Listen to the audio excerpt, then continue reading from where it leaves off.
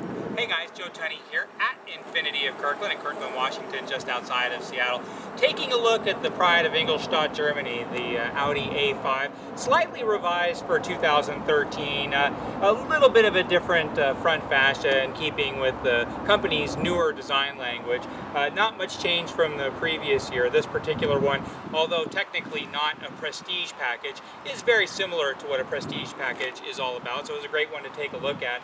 The miles are in the teens. It's a great color, Ibis White on black leather, and then it has some neat features that you don't often find on the A5. Now, this one is a Quattro, and if you look at the literature, it says it's a 40-60 full-time Quattro, which just means all-wheel drive, and that the split is 40% of the power goes to the front wheels and 60% goes to the rear wheels.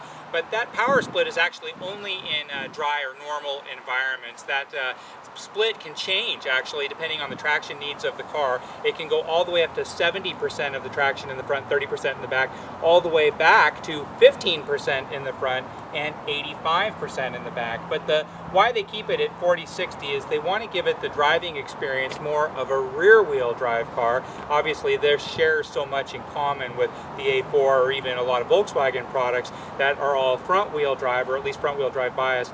This rear-wheel drive car, which is really effectively what this particular Quattro application has done, actually changes the driving experience entirely. This is one of the smoothest driving cars that you're ever going to drive. Now, this one has a TSFI engine, and so everybody has some kind of name for their particular fuel injection, and this one actually means something other than just trade jargon. It's turbo fuel stratified injection, and what that means is that the fuel is actually dumped at the very last second into the combustion chamber, and so that's unlike other direct injections, and so it allows for a leaner fuel mixture, even ultra lean, which is cleaner as far as smog requirements are considered, and everybody's really fighting for the lowest smog numbers they can possibly get to. But of course, also we're in the middle of a horsepower war in the automobile industry, and that particular kind of fuel injection is up to 15% more powerful than other direct injection concepts. As a result, the small motor, only 2 liters, gets 211 horsepower and 258 pound-feet of torque. It's a bigger car, 3,700 pound car and 108.3 inch wheelbase, yet it drives not like a 4-cylinder. And then this one's an automatic transmission, so you think, God, heavy car, 4-cylinder with a turbocharger and an automatic, I bet it drives horribly. No, it doesn't drive even like a 6-cylinder. It's just as smooth as you could possibly want a car to be. And pretty powerful as well. 211 is not a lot of horsepower, but this particular car feels a lot more powerful than that. Let's take a look around. Again, this particular car, one of the featured things with Audis, everybody knows, everybody loves their front headlights. They have both xenons and LEDs. You have to get an upgraded package to get the xenons and LEDs. But they all have this design language here in the headlamp casing. And this is one of the sexiest looking headlamps in the entire automobile industry. I think for the past 6 or 7 years, every other brand has tried to keep up with whatever Audi's doing. As Audi continues to innovate, it only makes it more comical how other brands are chasing what Audi was doing 2 or 3 years ago. A really, really nice looking front end of the car. Now these come with 18-inch wheel standard, and then you can get a sport package, but the sport package doesn't come with larger wheels. It comes with some other features. 19-inch wheels are a standalone option, and these 10-spoke 19-inch wheels are a nice touch. Now, you see a little bit of dust here. This car was just traded in this morning, so we haven't even run it through our detail or our reconditioning at all, and still it looks fantastic. It looks like a brand new car. Tinted windows are a nice touch. Now, this has the Advanced Key, which means if you lose it, you're probably going to have to take out a second mortgage on your house, but it is a nice feature. The presets, you know, say you want to preset your seat or preset your steering wheel, they can be done here in the door, but they can also be done with the key. And so I walk up to the car, and the car recognizes this particular key is my key, and maybe this other key is my wife's key. And so I don't even have to take the key out of my pocket. As soon as I touch the door, it's already getting the chair and the steering wheel where I want it, and then if my wife wants to drive the car, it gets everything where she wants it.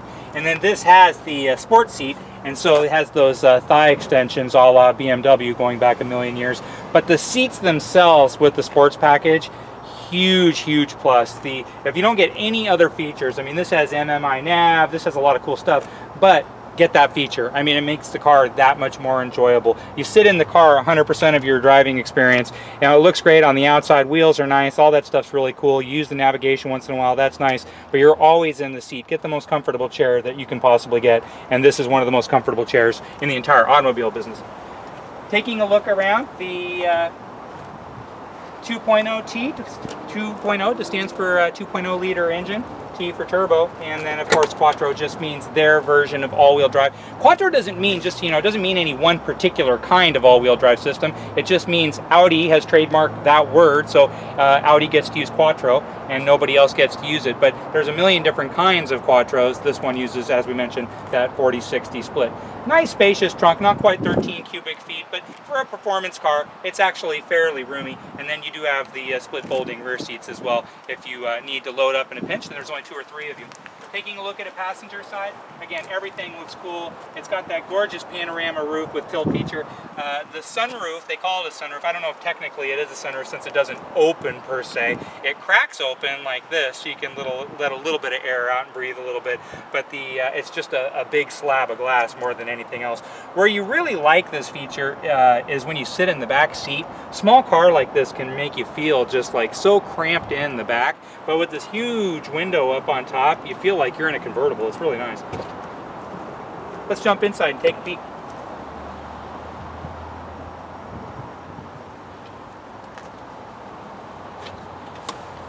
Now, my personal favorite feature in this car, actually, since I have the Advanced Key, I don't even need to put the key in here. It's just push button start.